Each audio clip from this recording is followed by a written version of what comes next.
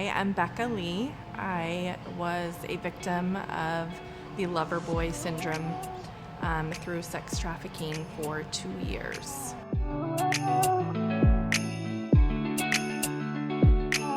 So I'm from Portland, Oregon, from the Pacific Northwest. I grew up in a Christian family. Everything was what you would call normal, and that's relative, but it was normal. Both my parents have been married for 44 years. I have 2 older sisters. I was the baby. We fought like sisters, and we made up like sisters. There wasn't a ton of trauma in the home. Everything was really normal in the sense that I didn't come from what you would think would be a typical broken home. I know that my parents loved me. There was never a question of did my parents love me or not.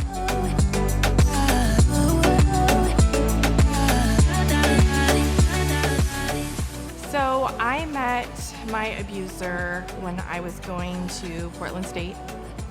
I had some mutual friends that knew him. He was older. He's about 6 years older than me. He was your typical college basketball player.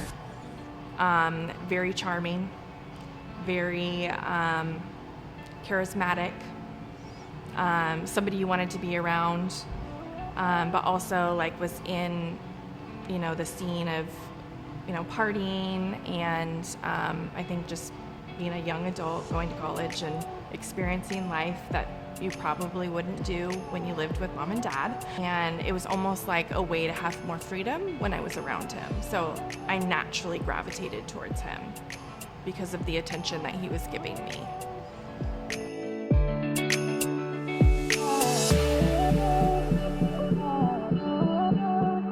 With the lover boy, it's definitely love bombing. At the time, I was like, well, he likes me, so he's giving me attention like it was normal, but it was very grandiose. It's very you're really smart. I have this really great way for you to make money. I remember him specifically saying, if you do this with me, one day I'll marry you. And I remember emotionally feeling well, I want to feel seen. Well, I want to feel loved. Well, I want to make money, so why wouldn't I do this? So definitely in my mind, we were in a relationship. One, I don't know how you go from being just friends to I'll marry you one day. When I went around, the people that he knew that then were also enabling him, they knew that I was his girl. But what I personally didn't know was I was the mouse. And essentially he was the cat chasing me and luring me. So everybody else around us knew that I was just his girl and I was going to do what he asked, but I thought he was my boyfriend.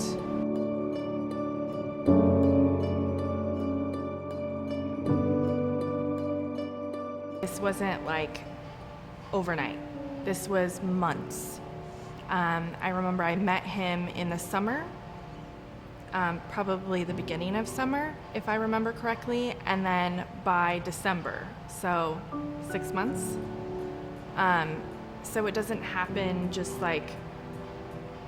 overnight again. It's something that he over time made me believe everything that he was saying was true. He essentially was doing that because me working for him would make a lot of money. And the average girl sees 6 clients a day. So if she sees 6 clients a day, that's anywhere from 1,000 to 1,200, if not more, a day. Times 30, that's a lot of money, quickly made. So it was worth it to him to do what he was doing to groom me.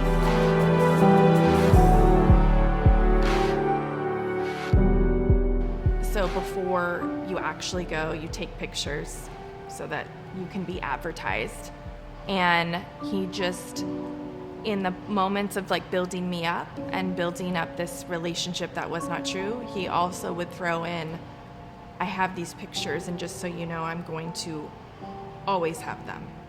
So then it created this fear inside of me of like, well, if I push back, I'm not going to get the response that's going to keep me safe. The marketing process is literally like fresh meat.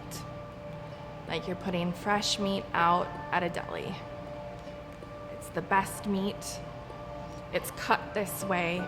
It does these things. Sexy photos in limited clothing, in positions that would give you an idea of what you were purchasing. And then you are marketed of, this person is so much fun. They will give you a girlfriend experience. They will give you the time of your life. Give this person a call. Let's have a good time. My abuser ran the marketing and the platforms that it went on. It went on Craigslist, Backpage, other sites that would market it in a way that doesn't say sex or explicit, other explicit experiences, but that you would assume based off of everything else. So he would put up the images, put up the paragraph of, why anybody would be interested. My phone would just be going off.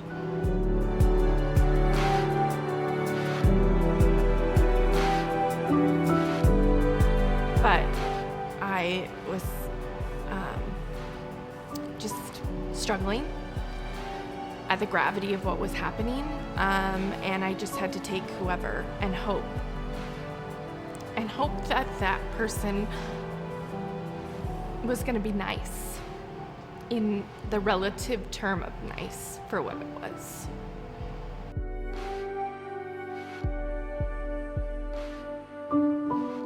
I remember just like, okay, almost like I wasn't even there. I remember his smell. I remember the way that he touched my skin was like, let me cuddle you. But I was so disconnected from my body and my mind. My body couldn't respond. And I remember he said to me, do you offer GFE? It being my first client, I was like, what's GFE? And I remember him saying, I knew you were new. I knew this was your first time. It means girlfriend experience. I don't even remember him finishing the session. I think time ran out. And I just remember being like, how is this possible? I remember celebrating it with my abuser. Like I did it like it was something to be excited about. I made you this money, counting the money and being like, okay, this person didn't rip me off. He wasn't a police, and I made it through. And that's essentially what a lot of it was like. You, at least I did, become numb. I remember being in California and being in between clients and going to the pool. It wasn't a super hot day, but just wanting to be in the sun. And I couldn't feel the sun. I couldn't feel the warmth. I remember having to hide my personal phone because my family kept trying to get a hold of me, and I couldn't tell them anything.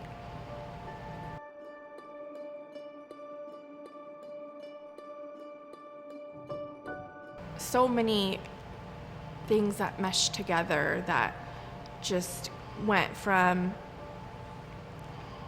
I know a way for us to make really great money, you're amazing, to, I remember being in Portland and just struggling and not wanting to. And I remember him being like, "You better stay here, bitch." So just talking to me, degrading.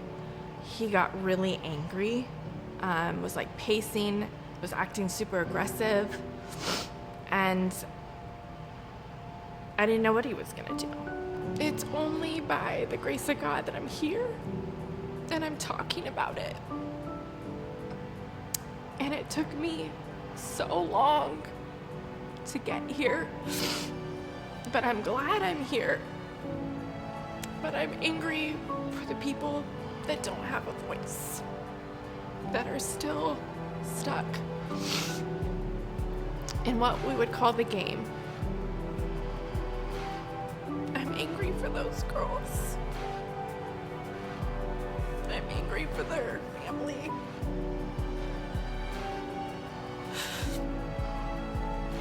It's so evil.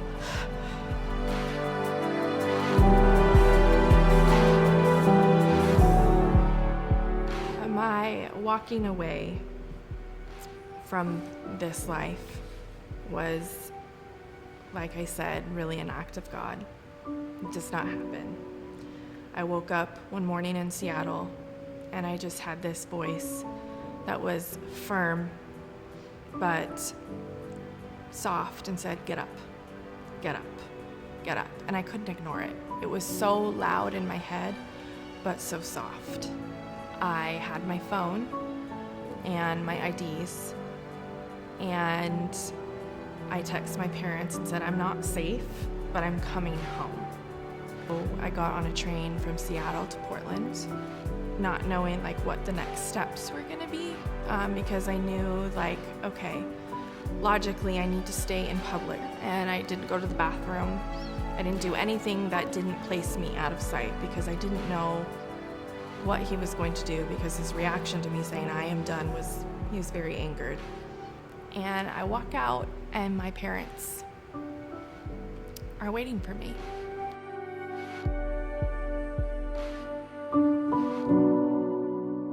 I went through even deeper depression, and at that time I didn't know, but I mean, I was a trauma victim. So if you think of somebody that has gone through trauma, they're not sleeping, they're not eating, they are manic, they are volatile, they're surviving. I was in survival mode. I couldn't get this idea of what had happened, or not even the idea, but I couldn't forget. I went through a ton of healing, and healing isn't linear, it is continuous. So I continually am working on healing. I went through a ton of counseling. I stopped fighting the urge to push it down and slowly told people that I could trust. Found really great resources, fell in love with people in the mental health space like Brené Brown. Did a faith-based recovery of sexual abuse called Mending the Soul. And that's really where the trajectory of my life changed. So let the battle begin. Bended knees and broken bones. Now I am getting my master's in the correct term is clinical mental health, clinical counseling, mental health, with an emphasis in trauma. And what I want to do now is use my voice for all the moments that I didn't have one, for all the moments that the other individuals didn't make it or didn't make it out of this, and for the voiceless.